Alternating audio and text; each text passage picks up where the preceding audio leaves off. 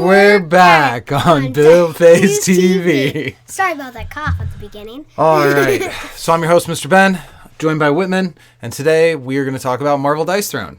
Specifically, we are going to review another hero for the upcoming Marvel Dice Throne set. The Kickstarter is currently still happening, but not for much longer. In fact, look at this. Almost 20,000 backers. Isn't that crazy? It's insane. Like, almost every, Only 8 hours ago. 20 seconds, the money just goes up. Like, over $2 million. That is... And you look at that, it's like, oh, well, they're only a little bit over $2 million. But $26,000 is still a lot of money. They're like $2 million. This is great. How do you get this much money? Well, you make a great product, and that's what we're going to talk about today, right? Yeah. So let's scroll down here. We're going to try to do all of the rest of the heroes that we haven't done today because we want to do it before the Kickstarter's over. Yeah, our original goal was to have these all done before the Kickstarter was over, and then I went out of town and made that really hard, didn't I? Yeah. All right, so today we are going to look at Loki. All right, so before we... I'm going to scroll that back down so you can't even see his stuff. Before we look at any of the cards, what do you predict for Loki? I want him to be kind of, like, really weak. But, like, because Loki, he's not strong.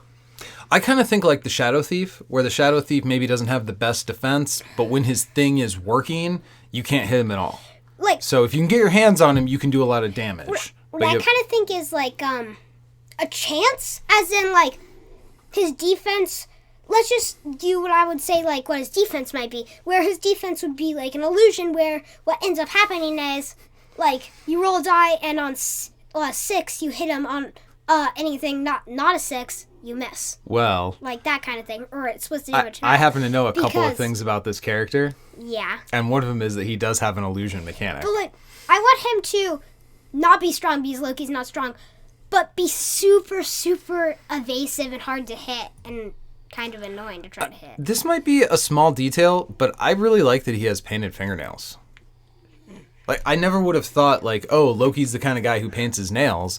But now that I see it there, I think that was a cool choice by Manny. I think it fits the character.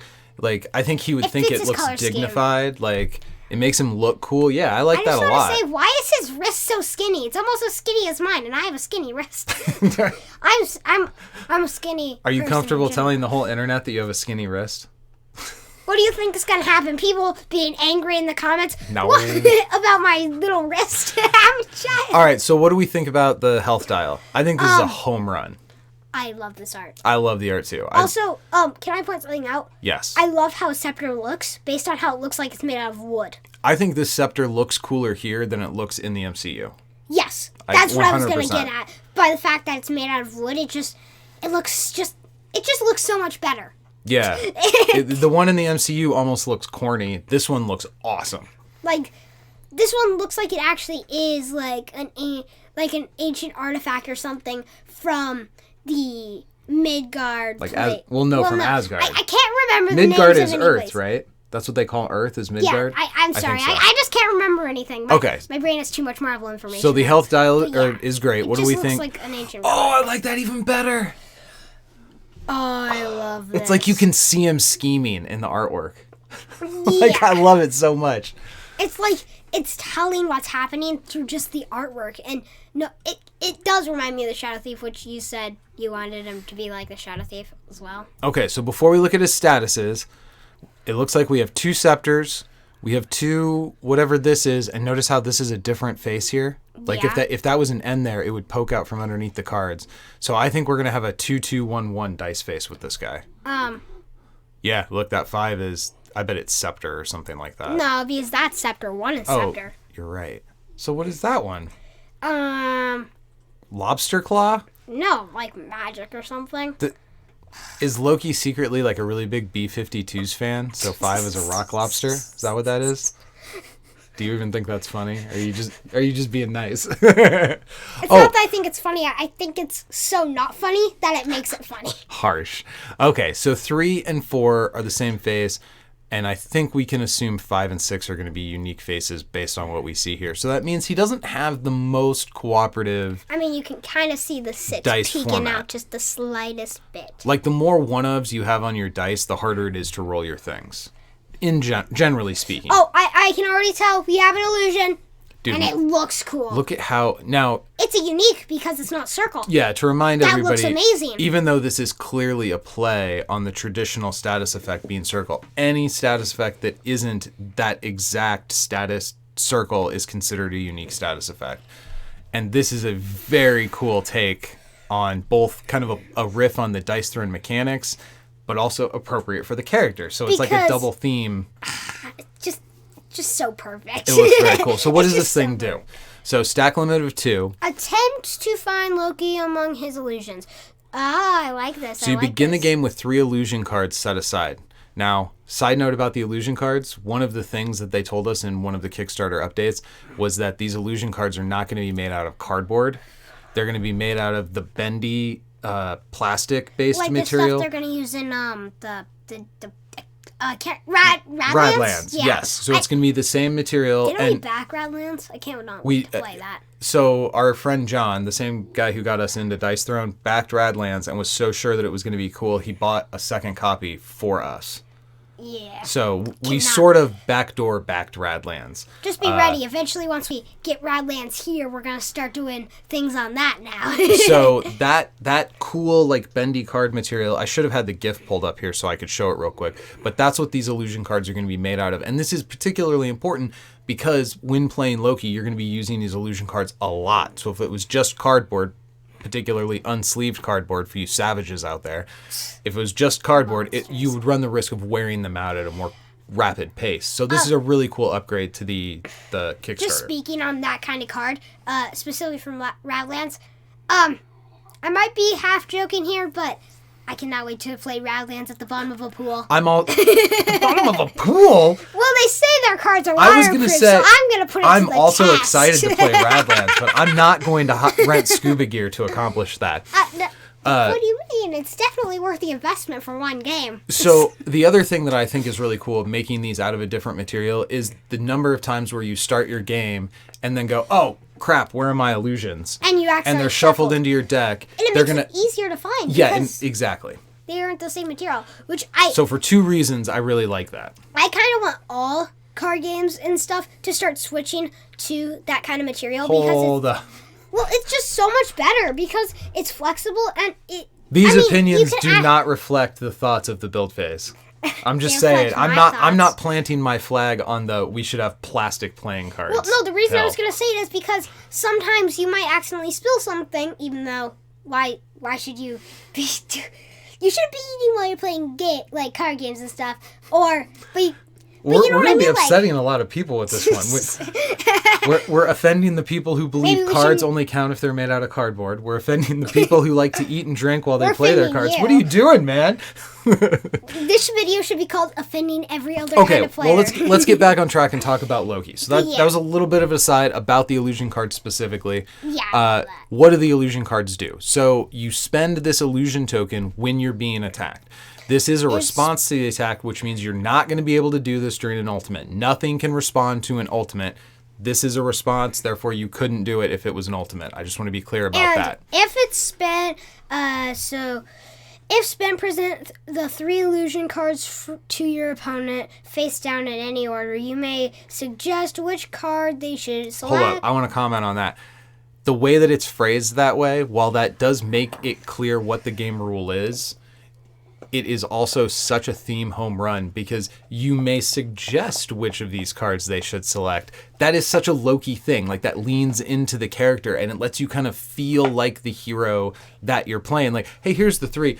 Pretty sure the one you want's in the middle. Like, doesn't that just smack of Loki so hard? And even if they don't have to choose it, it adds so much flavor that is needed for this kind of character. Game. Like, you might know which of the 3 cards the correct one is, and you could be honestly telling them that, but why would they trust you? You're Loki, you know. And then that encourages them to pick one of the other ones. You're the demigod of deception. Oh, it's so good. It's so good. And it's a May, so you don't have to make a suggestion. So sometimes you can, sometimes you can't, whatever feels appropriate for the head game of the moment. Like I was gonna say, it just is a home run for flavor. Yeah. It just hits the spot. It's amazing. I love that piece of flavor. Okay, so home run for flavor, but what does it actually do? The attacker then chooses any card, you flip it over and resolve the text. This token cannot be transferred by any means, but it can be removed. I believe they told us there were going to be 3. Do they show us what the illusions look like here? No. They did say 3. So I think they told us that there were 3 illusions. It said may present 3 illusion cards. And well, no, it doesn't say that they're all. Somewhere other than here, I saw the illusions, and I don't remember exactly what they were. But one of them was like stop this attack. One was cut the damage in half. One was do nothing or something like that. After this whole thing's over, maybe we should edit in the back part where we say the illusions by finding that website again. Yeah, I'm not going to do that. So this token will functionally give you the ability to cancel a combat, blunt an attack, or do nothing. So you have a 1/3 chance of a good thing, a medium thing, or a good thing for your opponent. I think this might, I may have said Miles Morales is my second most want to be played character, but that illusion, just the flavor on it, makes this guy maybe my second most, but I haven't seen. This guy's really good. I cannot love wait this to play whole this mechanic. character, but he's not my most wanted to play. So we do have a little bit of a blind spot in our review here because the illusion cards are not right here on this page of the Kickstarter, and this is kind of how we were doing these reviews.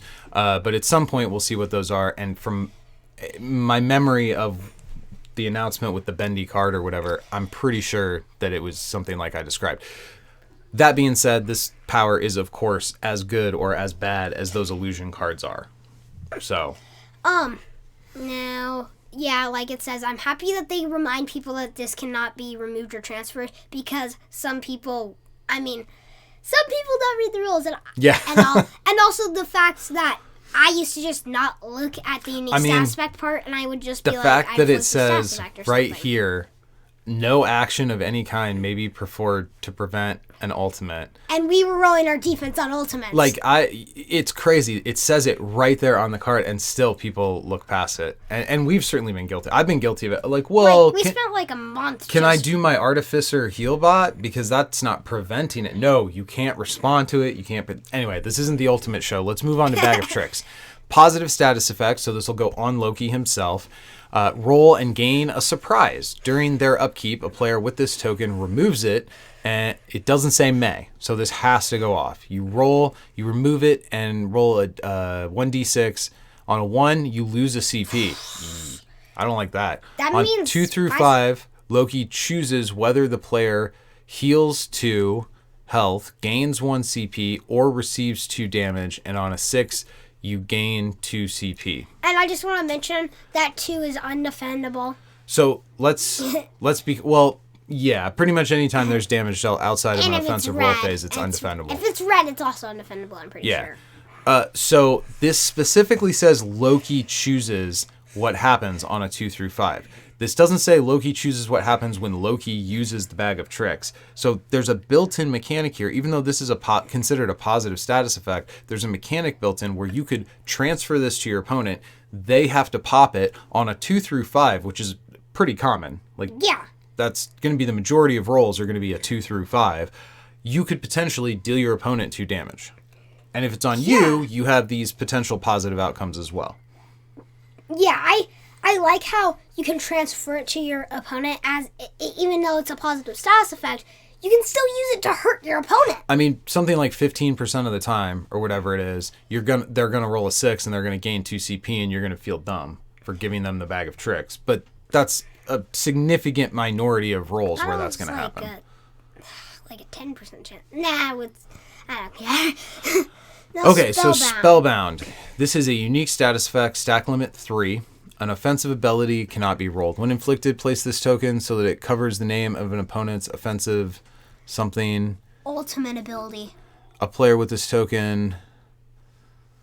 So what it sounds like to me is you put a token onto somebody's board. Maybe we should watch the Loki video and pause it at the right moment. And they can't play that ability until the end of their... So, this clearly says remove this token at the conclusion of the offensive roll phase. So, when you put this on somebody for 1 turn, if you put it here, even if they rolled it, they wouldn't be able to activate Antic. So, it works like Silence does in Dice Throne Adventures. Instead of only targeting straights, it can target anything you want. How do I feel like that's Loki has some of the first unique stats effects that have more than a 1 stack limit. This is unbelievably strong. I don't know. This is really freaking I good. know for a fact that's going to say this, cannot be played on ultimate ability. And that's why I was mentioning ultimate ability. Yeah, and that's fine. So you can't prevent somebody from getting their... That would be stupid. I understand as the Loki player the idea that you could generate a status effect that could turn off the hardest thing to roll in the game. Feels appealing. It would feel good for you. But the power balance of that just makes the game preventing unbalanced. an ultimate with a status effect is just... But... that doesn't feel like good balance to me. Letting this hit anything else, I'm fine with that. But an ultimate, I think that's the right choice. I just want to say, though, I think Loki might be one of the first people who has more than a 1 stack limit on a unique stats effect. I feel like Maybe. most unique, almost all unique stats effects have 1 stack limit, but I may be wrong. Without going back and looking at the other 16 original heroes, I'm not sure. We have them all behind us right now. We can if we want. That's true. So this feels really, really powerful. I suppose there is a counter argument that if you could use this on an ultimate, the chances that you would get value out of it are extremely tiny. Because most people don't just naturally roll into an ultimate. They have to use cards to get to it. And if it's a turn where you've spellbound my ultimate and then you roll your dice, you're not going to invest your cards in your ultimate that turn. You're just going to say, I'll do that next turn. I'm happy that you said most people, because have you seen me roll in with the barbarian? Yes, you have an annoying amount of luck when you play the barbarian. I will always get the 6s until I need them, and then I get none. All right, do we want to look at his cards, or let's go to the board. Yeah, we'll look at the board cards first. last. Board first. Okay, so his basic attack is called Mockery. It goes 6, 7, 8. I think that's fine.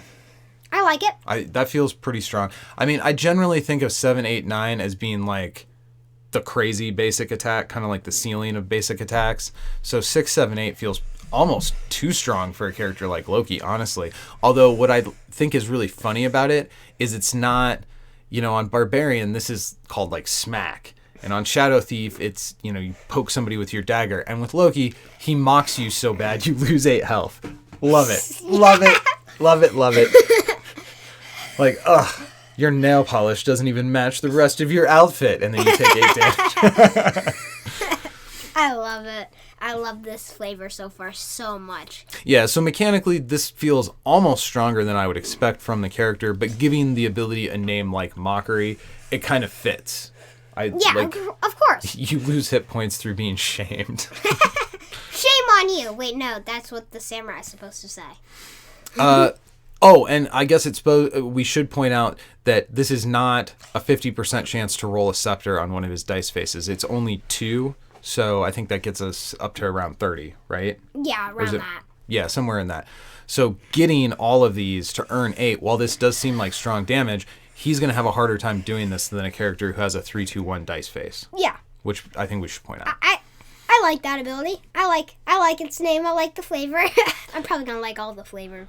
Next up, Confuddle. So you have to roll... Is that a word?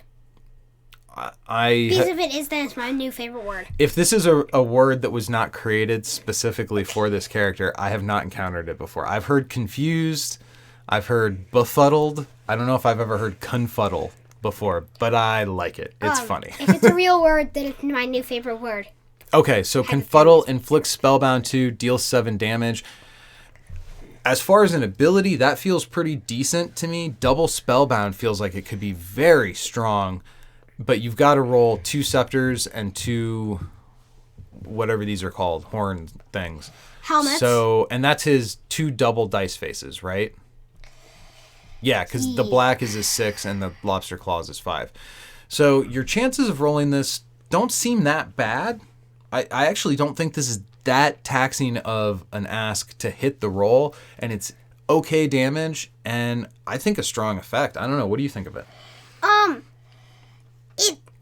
It can be hard to roll sometimes, but I feel like it's pretty easy to roll. And the fact that you get 2 Spellbound, and what Spellbound does is so good.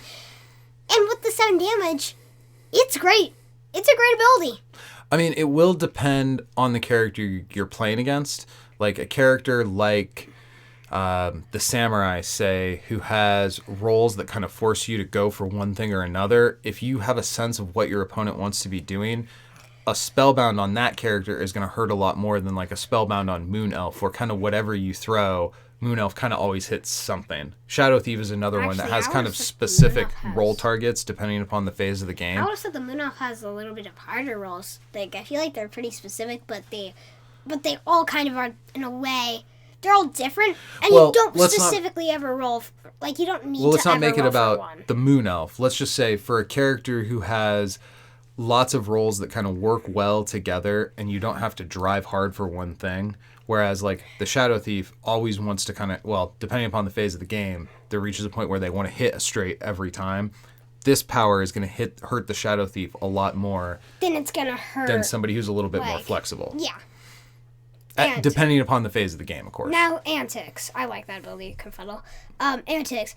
You roll 2, whatever that thing is, as you call it, Lobster Claw, and you draw 1 card, gain an illusion, gain Bag of Tricks. So this is the first power we've seen that lets you gain an illusion. Big fan of that. This is going to be getting 2 specific dice faces that you only have 1 of on your die. So your chances to hit this are not the highest. That's like Cornucopia for the Shadow Thief. Sure. It's the exact same roll and may not do similar things at all, but you know what I mean. Now, when it says gain Bag of Tricks, okay, never mind. I had a dumb thought. What do you think? Well, I was thinking for a second, like, do you get to pick where Bag of Tricks goes? Because it has this, like... No, you're gaining mode. It yourself. No, gain goes on you. Yeah, that was me just... That was dumb. For what you're rolling here... I say it's worth it. It kind of depends on how good Illusion is. If Illusion ends up being a little bit stronger, then going for it with your whole turn doesn't feel so bad. And you look at a card like Shadow, or an ability like Shadow Thief's Shadow Dance, where you have to roll 3 6s to get his, not illusion, but his avoid damage power. That's a little harder to roll, but it's a consistent avoid damage. This kind of lands in the middle. This feels like a fair power. If maybe sometimes when you get this, it's going to feel a little bad. Like you're going to have those turns where it's like, I guess I'll resolve it. Yeah, I kind of agree, but not 100% because I feel good when I get this. Yeah. I don't feel like I guess I get it. I feel good. I think you're more confident that Illusion is going to be great than I am. I think Illusion's going to be good, but I want to play it to get a feel for it. Because if Illusion ends up being like no good some significant percent of the time, then that makes this power way worse. I want to say the reason why I think Illusion's going to be really good because just the way that it seems, I feel like you're going to be right about how one is just going to straight up block the entire attack. We should have looked this up first. The other, it's going to like block half the damage or maybe make you take like 1 damage, and the other's going to do nothing. Like, I want Illusion to do that, or I just want it to be overpowered and all. All right, here, you read the Vilify power. Okay, Vilify, you roll 1 of every single one, which I'm pretty sure there have been a couple other characters who have that ability. I just can't. Like Shank Attack? Yeah, Shank Attack has that roll. And I'm pretty sure, doesn't Doctor Strange have a roll like that recently? I can't remember. Well, anyway, if any of your opponents have more health than you, gain Illusion and deal 7 damage. Otherwise, deal 5 undefendable damage and choose 2 players to gain Bag of Tricks. May choose the same player twice. Oh, I like that it lets you throw the Bag of Tricks onto somebody else. That's cool. That's what I wanted the other one to do. So they covered that base. I like this ability. Now you look what the illusions are. I'm trying to find the illusion cards right now. Yeah. Yes. if you didn't understand that. I like this ability because of the fact that, like you said, you get to choose who the Bag of Tricks goes on. Did I say trips? Well, yeah, the Bag of Tricks goes on, but specifically because it can be the same player. So you can put it twice on the enemy, and, like, if you have cards that can affect their roll, I don't know if there are cards like that, then you can make them take so much damage. I like that if you're ahead, you do undefendable damage. And if you're behind, you do more damage. I think that's cool. I like it being balanced that way, where if you're ahead, it lets you sneak additional attack through, because that could be enough to burst somebody down. and denying them their defense roll, that comes off great. And if you're like behind, then they can defend, but you get the illusion, which can, I hope, can at least block an entire attack, and it also does 7 damage. I almost said 6. And I think that's great. Okay, Loki illusion cards. Loki receives all incoming damage, and the attacker gains a bag of tricks. Loki may spend another illusion card. And in that one, look, he's getting punched in the face by Thor's hammer, which looks hilarious. Fail. Loki prevents all incoming damage. Does that say infinity defense? Yeah, because you prevent all the incoming damage. So nothing can stop that. Partial success. Loki prevents half the incoming damage, rounded up, because we always round up, and he's allowed to use another illusion if he wants to. So those cards are exactly what I wanted. So you've got a 1/3 chance of having a great outcome. You've got a 1/3 chance of having a not great outcome, and you have a 1/3 chance of having a medium outcome. So I'm guessing you have to spend the another illusion token to get the. You may use another illusion. Well, you'd have to have the other illusion token to spend otherwise it. It'd be like, oh, I'm gonna go for another. We know you can only have 2 total. Go for another for a fail. Like otherwise, you can just kind of make them. Does this increase his stack limit? It does not increase his stack limit. So the most number of times Loki's going to be able to use the illusion is twice in a turn. Unless maybe he has an instant that lets him gain an illusion in the middle of a combat phase after he's already used or his defense gives him illusion. Yeah, so, but based on going into the combat without additional ways to gain tokens, the maximum he'll have is 2. So yeah, now that I looked that up and I'm sure what the illusion stuff do, I like this ability. I feel like I need to get a feel for it, because is that bag of tricks going to feel terrible? Am I going to feel like I wasted that? Oh, I mean, even that's not terrible, because it's going to let you sneak 2 damage through some significant percentage of the time. And, I mean, you're going to get a 1 if you put it on yourself eventually. I think I like him more now that I looked that up and I confirmed. Yeah. I love this character so far. But, man, I guess we just need to look at the rest because I cannot wait to get my hands on him. This isn't mischief. This is mayhem. Just watch. Yes. And glorious purpose. You know, there was a time where your mom and I were going to make your middle name Mayhem. Yes, and then you looked up what And then we looked up in the dictionary what it was. I thought it was a synonym for mischief. It is not. It's not appropriate to name a child Mayhem. Yeah, so then they decided to name me Wild. Yes, Wild and Set, which is still appropriate. And you grew into it. Isn't Wild also another writer's name? Yeah, it's an Oscar Wilde reference. But let's talk about Loki. Okay, so Vex. Small straight, gain a bag of tricks, deal 7 damage. I'm kind of fine with that. Like, it's not super powerful. In my opinion, but that 7 can be damage is okay. Bag of tricks is decent. Yeah. I like this. Most of the time when you gain a bag of tricks, it's going to be a small heal or an even smaller CP gain. So it has the equivalent value of selling a card or healing 2, which I'm not even sure how to value healing 2. That's more than the value of 1 card, I think. So now some of the time, Bag of Tricks is going to cost you. You're going to roll that dice and you're going to lose a CP that you needed. But I think that's a low enough percent of the time that you're going to feel good about the Bag of Tricks. And 7 damage on an unupgraded small straight feels fine. Yeah. I like this. All right. Kneel to me. Large straight. Deal 8 damage and roll 3 dice. Add 1 damage per scepter on the helmet thingy. Gain a Bag of Tricks on lobster claw thingy. Draw a card. And on whatever his final symbol is, gain an illusion. Villainy? I don't know. I mean, I know what the team affiliation is in Versus, this but art we is ain't talking about Versus incredible. Right I love Kneel to Me. I love it. And also, I just need to mention, right there, put your cursor on that. It just reminds me of the shape of a die, which makes me think he's throwing die at you. That's the illusion symbol. I know, but how square it is, it just reminds me of the shape of a die, which makes me be like, yes, that is great. There's none of these rolls that I feel like make you feel bad. If all 3 of these dice hit the scepter, that means you're coming in for 11 damage on a large straight, which feels pretty good, honestly. Yeah, and you know for a fact you're already doing 8 damage, which is great. I like this. Really, the only criticism I have of this power is that 3 of the 4 potential outcomes are an on trigger. So if you roll double lobster claws, you only get to draw 1 card. Well, I mean, like... And you're going to roll double of some of these some percent of the time. Now, given his overall die phase, evens him out. He's got 2 1-ofs and 2 doubles. So he's going to roll doubles less often than somebody like the ninja rolling her defense.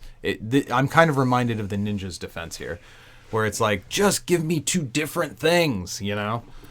But like overall, I like this. I like this. I feel like it balances it out on the on instead of per, because... I mean, like, think about it, where you roll 2 helmets or something, and then you gain 2 bag of tricks. Imagine getting, this is your attack, you come in for 8, and then you get double illusions. Like, towards the end of the game. I was going to get that as well. I was going to get to that as well and be like, double illusions, that's pretty, like, that would be overpowered. A double bag of tricks, that can be extremely good for you most of the time. And then... the lobster claw, draw 1 card. I mean, I guess you could make that double. Like, you can do as much as you want on that, and I would be fine with that. But, like, the other things, it evens him out a lot, which I like. Mini ultimate. Double take. Again, this art's incredible, although I think this is my favorite art on the whole board. Agreed. Double take, roll the mini ult, you gain an illusion, 2 spellbound, 7 undefendable. I have to admit, I am astonished at how much actual damage output Loki has. I was expecting him to be much weaker, but kind of like Spider-Man, like having some kind of combo ability where he has weaker attacks, but you can like stack them more. That's not exactly what I was thinking. I was thinking Loki was going to be just measly in a way where like he's just super weak and he has like very, very low like and little damage output, and any damage that he does is like not more than 5, but like he's just super hard to hit. Well, I think he is going to be hard to hit. I think the illusion is going to end up being but I thought he was going to be like not be able to ever do a meaningful attack, but never. But look at you this can power. Never do a meaningful attack so to him. You roll this mini ult, right? Yeah. And you get the ability to potentially entirely quash your opponent's next attack or significantly reduce it. As well as you get to reduce your opponent's options by 2 because you get 2 spellbound tokens, which makes their lines of play much narrower. And you get 7 undefendable damage. Now, 7 it's isn't so like... good. Yeah, 7's not like the biggest number that we've seen on undefendable damage on any board ever. But yeah, it's the combination of them. It's a strong attack plus 2... Well, 1 really strong ability and another ability that I'm a little on the fence on, but leaning towards is good. This is a very strong power. Yeah, I cannot. That is just, man. All of this person's abilities is so good. Wait, we haven't done defense. Well, I was going to do ult then defense. I did say glorious purpose. My purpose is glorious. We're doing glorious purpose right now. So glorious his purpose. Ultimate, gain an illusion, inflict 3 spellbound, and flex. So you don't. Ooh, I like that. Yeah, well, Spellbound you don't want on you. Choose 4 players to gain Bag of Tricks. You may choose the same player multiple times. So let's note, this is another ability like Vilify where you're able to throw tricks onto other players. 1 second. Can we go back to the Bag of Tricks? Yeah. You get to put 2 on your opponent and 2 on yourself. Yeah, or in a multiplayer game, scatter them around. But yeah, but that can be amazing where you get the benefits and then... that could potentially... So this ultimate could potentially heal you for 4, and deal 4 damage to your opponent, as well as a... undefendable damage. So that's a total ultimate... Now, while 10, I'll admit, is a small number for ultimate. Like, that's on the small side as far as base damage. But when you factor that in with the Bag of Tricks and what the likely outcome of Bag of Tricks rolls are going to be, that's actually an 18 damage ultimate, which is... Bonkersaurus. That's really good. I love this. This character, I feel like this character's a little overpowered now. I'm really surprised at the damage output on Loki. I was not expecting him to just be like pyromancer levels or artificer levels of damage dealer, and I think he might be. This is really crazy. Yeah, this is like, I agree with you. I was not expecting such big damage output. I was expecting the little damage output. As is the case... like impossible to hit kind of thing, but no. Well, and he is going to be hard to hit with all these illusions on. And also Spellbound. 1, 2, 3, 4, 5, 6 of his powers on his board let him gain illusion, and this is just the non-upgraded version. And also version. Spellbound Spellbound. I said Spellbound. I think we... Spellbound, where you just get to cancel their attack, essentially. Well, you stopped them from rolling it, so they probably wouldn't even try to roll for it. But you could ruin somebody's turn with it. And we have to think about it in that perspective, because if you put Spellbound on my large straight, I'm not going to roll for my large straight. I'm going to go for something else. So it doesn't cancel the power.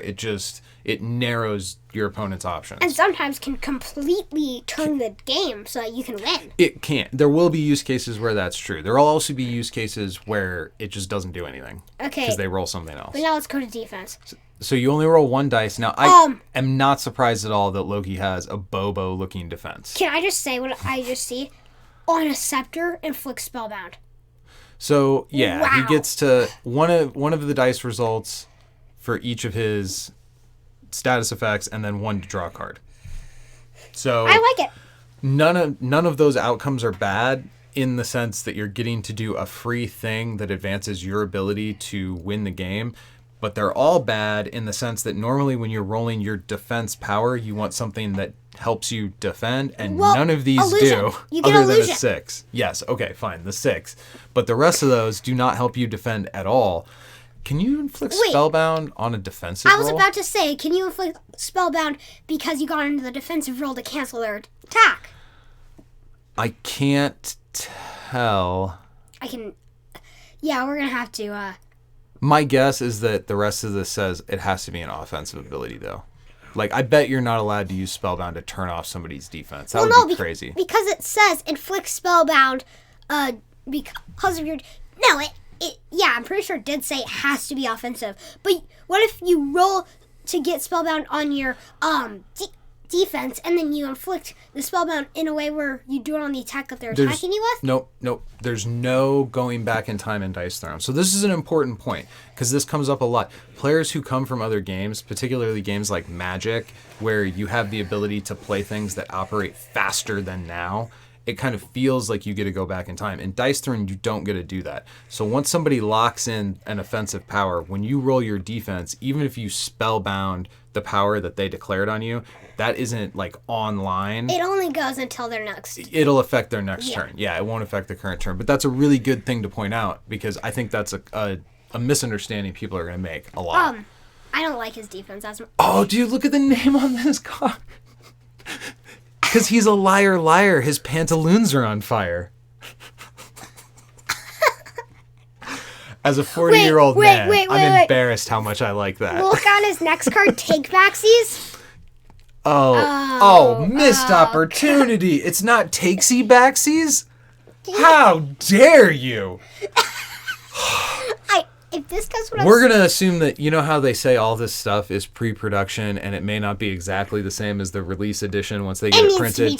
I'm saying right now, Dice Throne, shred these cards. Change.org petition to Dice Throne to rename card... Takesies backsies. Oh, I can't read the card number. It looks like Loki card number 1, renamed to Takesies backsies. I mean, we could turn this computer sideways to see. Okay, so let's wrap this up here. All right, so we got Pantaloons on Fire, 1 CP to add 2 damage. Play this with the card. Oh, there's a card named Liar. This is so silly. So you can do a combo with Oh my gosh. Oh, I was not prepared for this level of silliness. Okay, my assumption is that the Liar card also costs 1 CP and also has a 2 damage modifier. And if you play the 2 of them together, then they each add 4 and you end up with an 8 damage modifier for 2 CP, which is excellent. Absolutely excellent. Oh That's my guess. Gosh. I love this Takesies so backsies. much. This card costs 2 CP or less. Your discard pile and put it into your hand. What I want to say is this card costs 2 or less in your discard pile. No, this lets you choose a card in your discard pile that costs 2 or less and add it back to your hand. So it lets you recur something from the yard. I don't know what this costs. My guess is that this costs 2. Agreed. And that's why it's gated at 2 CP or less. So you're either going to get equal or less value from this card. But this would be a way for you to loop Pantaloons on Fire and couple it with Liar Liar, even if you have to use one early. And that's really cool because if there's other cards in his kit that want you to use them with other cards, you might feel pressure. I feel like this is like a new... I want this to be a new thing, maybe in Dice Throne, where we can actually get like combo type things. Because there are very little games that I'm able to play where there's like combo where you have to play a specific card name to make the card better. But on those games, I love how that works. I just think it's such a cool mechanic. So historically speaking, we haven't seen a lot of cross-card synergy in Dice Throne, and I think a lot of that's because there's no mulligan in this game, there's no deck building. So if they build combos into the deck like this Liar Liar Pantaloons on Fire combo, if there were mulligans, we would be able to get to those a lot more frequently. But the other part is you don't know that you're going to draw them. So you might be in a situation where you draw Pantaloons on Fire turn 1 and you're like, I don't want to spend it for 2, so I'm just going to camp on this card. I'm just not going to play it. And you're under this pressure to not use the tools in your hand. That's not the most fun game experience. So a card like Takesy Backsies gives you the flexibility that you can throw down Pantaloons on Fire on turn 1, 2, 3, whatever, just add a little bit of extra damage here, and then later in the game, you draw your way into that after you've got your Liar Liar, and now you can get the big combo for like your kill turn, and you don't feel like you're not allowed to deploy your tools early in the game. That is very cool balancing. I'm very happy to see that. I completely agree, because, I mean, imagine being the player who has this card that is a combo card in your hand, but you just feel like you can't play it ever because it's bad without the other card. But because you have that Takesy Backsies, like you said, it just makes it so much less pressure, makes it more fun because you don't feel that pressure of, I need to wait till I have this other card to make it better, because you can just take the card back in your hand when you have the other card. All right, so overall, we went into Loki. I knew a little bit about him before we went into it, and I thought he looked kind of interesting. Having gone through this board with a fine-tooth comb with you, I am now extremely excited to play this game. I will have to see, because I feel like this might be one of my favorite... This might be one of my number one I want to play out of the set, but I just need to see. Is he going to be the guy you're going to play first? Well, there's this one character that I'm thinking about that I really, really want to play, and I just need to see if I can compare them to Loki after we do them. Okay. Because... But so this is, right now, this isn't going to be your game 1 character. It's like a tie for it, or second. Well, this isn't going to be my game 1 character either. I cannot wait to play this character. Oh my gosh. Yeah, I'm very impressed, but there's somebody else I'm looking forward to more. All right, final thoughts. You got any other stuff to say about Loki? This is so much different than the Loki I was expecting, but I feel like in a better way. I cannot believe how good this character is, and I cannot wait to get my hands on him. I will say, having looked at the illusion cards now, I kind of wish they looked different. Like, instead of being exactly this version of Loki, like one of the illusion cards had like Loki Alligator. One of the illusion cards was Sylphie. Loki. Although, I guess from a combat standpoint, if you're trying to hit this dude and you see an alligator on the ground, you're not going to target that. Like, that wouldn't be a very good illusion. I hope within his kit somewhere they work in some of those other versions of Loki that we saw in the Loki TV show or in the comics. Which one I would say? I would say the old man Loki, who's like a master illusionist. Sure. They should have had him in the illusions because he can like make stupid good... Well, maybe the illusions isn't the right place. Again, if I'm trying to hit you and I see an alligator that has your hat on, that illusion isn't going to trick me. I'm going to still hit you. You know what I mean? And if I see someone with your hat, my hat there, on, yeah. But maybe within his kit, we'll get like a dog. Sylphie card. I'm not going to hit that dog. Or a classic Loki That's animal card. abuse. I'm going to hit the human I see. That's animal. That's what you're... Yeah, I don't hit it because it's not you. I hit it because it's animal abuse. Go win some games. Bye.